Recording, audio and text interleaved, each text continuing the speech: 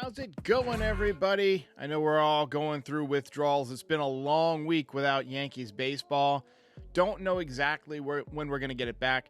It sounds as if the Yankees are adding to their roster. They're bringing up some guys to kind of fill in the gaps. Aaron Judge has been placed on the COVID IL, but the Yankees do have Trey Amburgey and Hoy-Jun Park coming up.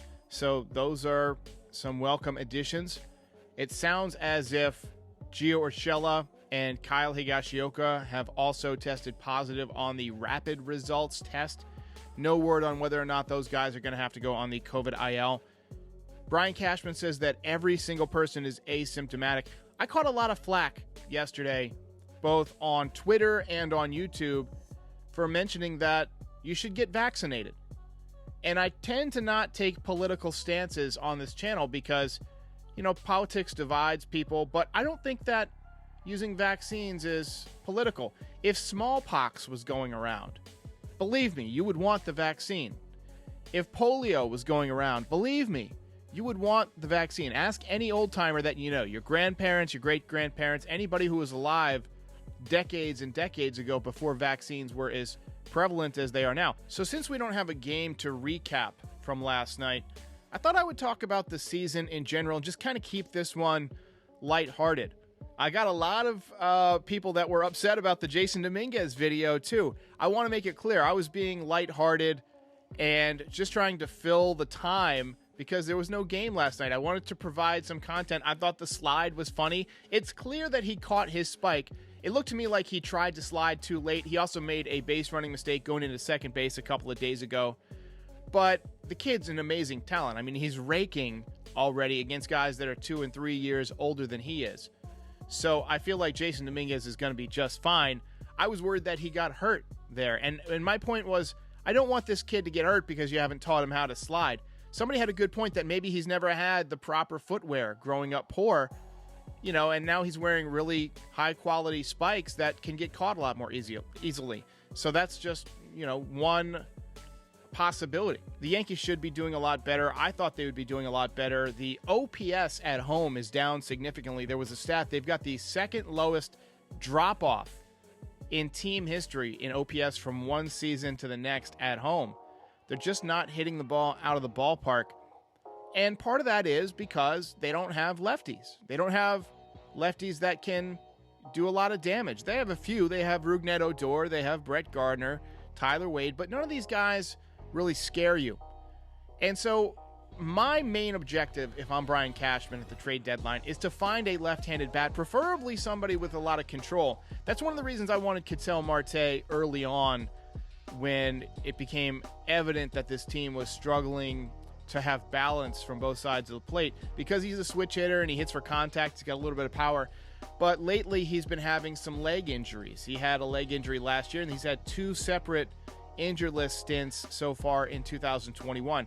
So I'm a little bit nervous about Ketel Marte because he's going to cost you a lot to trade for. And by the way, there's no guarantee that the Diamondbacks would even trade him.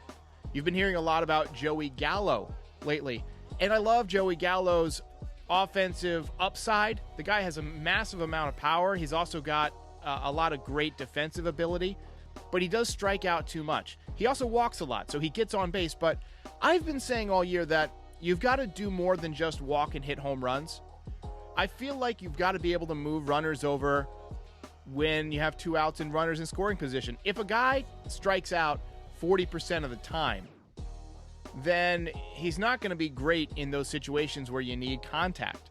And I think there's a lot of times this year where the Yankees have needed, you know, just some contact or just a base hit, and instead guys are swinging for the fences and just don't get it done. So that's been a little bit unnerving to me. But I think a better fit would be somebody like Brian Reynolds, like Adam Frazier, somebody like that from Pittsburgh. I even like Ben Gamel. I mentioned him yesterday. I would prefer somebody who is not reliant on hitting the ball 500 feet, but can hit the ball out of the ballpark, preferably to right field, and somebody who can use the whole field so that if you don't pitch him inside and you're trying to get him away, he can take that ball to left field and pick up a double or pick up a base hit. That's kind of what we're looking for. I will say that I've been really impressed with what our minor league system has done this year. Anthony Volpe is just having an unbelievable season. He's looking like a great first-round draft pick. Austin Wells has done okay. He hasn't been amazing. There's been some talk that the Rangers are actually asking for Austin Wells as part of the trade for Joey Gallo, and the Yankees are hesitant to do that, and I don't blame them. I like Austin Wells, and I don't want to get rid of any left-handed hitters that we can keep around. I'm liking this guy, Trey Sweeney, that they brought in. I looked at a lot more highlights from him. He's got a little bit of a hitch in his swing, but that's not necessarily a bad thing. Darryl Strawberry had a hitch, and he's got one of the most beautiful swings I've ever seen. Just stayed through the zone so long, ton of pop. Gary Sheffield had a hitch. Vladimir Guerrero Jr. has a hitch. So a hitch isn't necessarily a bad thing. It's how you use the hitch as a timing mechanism. If you start your hitch too late, it can cause you to be late on fastballs. But if you use it as just a timing mechanism to start your swing, I think a hitch can be very effective. Jason Dominguez is off to a pretty good start at low A. Last I saw, he was 5 for 9. He's got a couple of doubles. He's driving in runs. He's got doubles and triples. He hasn't hit a home run yet, but that's coming. He's apparently swinging the bat better from the right side of the plate where he looks a little bit more comfortable. That's not uncommon for switch hitters. They're generally more comfortable from one side of the plate or the other. It took Bernie Williams a long time to get good from the left side of the plate. He was always a good right-handed hitter, but once he really started to take off left-handed in like 95, 96, and showed power from both sides of the plate, the ability to hit for a high average from both sides of the plate, man, he took off like a rocket at that point. And I'm hoping that that's what's the case with Jason Dominguez, that he will come around from the left side. And from everything I've seen, he's got a great swing from the left side. I've been getting a lot of hate in the comments lately, and that comes with being a YouTuber, right? I mean, I typically don't let it bother me. I just block people immediately. But people have been taking things wrong about like the Jason Dominguez thing, and then some of my venting sessions, they're saying I'm too negative. Honestly, I'm just being critical. I'm a positive fan. I root for the Yankees. I thought they were going to be one of the best teams in baseball, but I try and keep it 100, as the kids say. I try and be honest with what I see. And people say, well, you're not a professional baseball player. What do you know? Well, you don't have to be able to build a clock to know how to tell time. And I've been watching baseball for over 30 years, and I can recognize flaws when I see them, and I can recognize teams that are unbalanced when I see them, and I can recognize the strategy that opposing teams use to play the Yankees, which is to work the constant right-handed hitters with breaking balls away and then hard two-seamers in. And you can get into a rhythm as a pitcher doing the same thing over and over again. So I just think that the Yankees need to add a little bit more balance to the lineup. And I'm not trying to be negative. I'm not trying to be down on the team or the organization. I love this team. This is why I devote so much of my time to covering the team. I'm a huge supporter of the New York Yankees.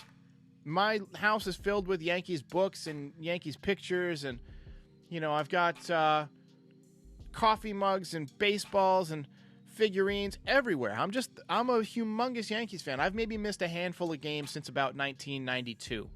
If I haven't been able to watch it live, which I haven't always been able to, I've recorded the game and watched it later. And I've listened to games and stuff, but I always catch the Yankee game for over almost 30 years now. Basically 29 years regularly. I got my first baseball jersey when I was 4 years old in 1987, so you could say I've been a fan for over 30 years. I remember, that was part of my identity when I was younger. Yankees, so I'm not trying to be negative about the team, and just know that if anybody is thinking that I'm a fair weather fan, you're wrong. I love this team, and I think that they will return to greatness. They just need some adjustments, and I'm rooting for Brian Cashman to make those adjustments to recognize those flaws. I don't necessarily know that Brian Cashman's the man to do it because, he's been in the job a long time, and sometimes when you're in one place for too long, you can get comfortable, and it might be time for a new voice in the room. And I get a lot of hate, not just from opposition fans, people who come in here, oh, the Stankies, the cheating Yankees, all this stuff. But some of my own people have been at me lately, and I just want to remind you that we're all part of the same team here. We're all part of the same club. I'm just the guy that puts out the videos, and we're all rooting for the Yankees. So don't take your frustration with the Yankees out on me, because it'll result in an immediate ban. I don't like banning people. I don't want to ban people. I want this community to grow, but I'm not going to put up with outright hateful, negative stuff that's aimed directly at me. That's just how it goes. So I just wanted to kill some time today and talk a little Yankees baseball, just put some stuff out there, just general thoughts on the team, on the channel, on the minors, all that good stuff. But I appreciate your time, and I will see you whenever we have baseball, which hopefully will be tonight.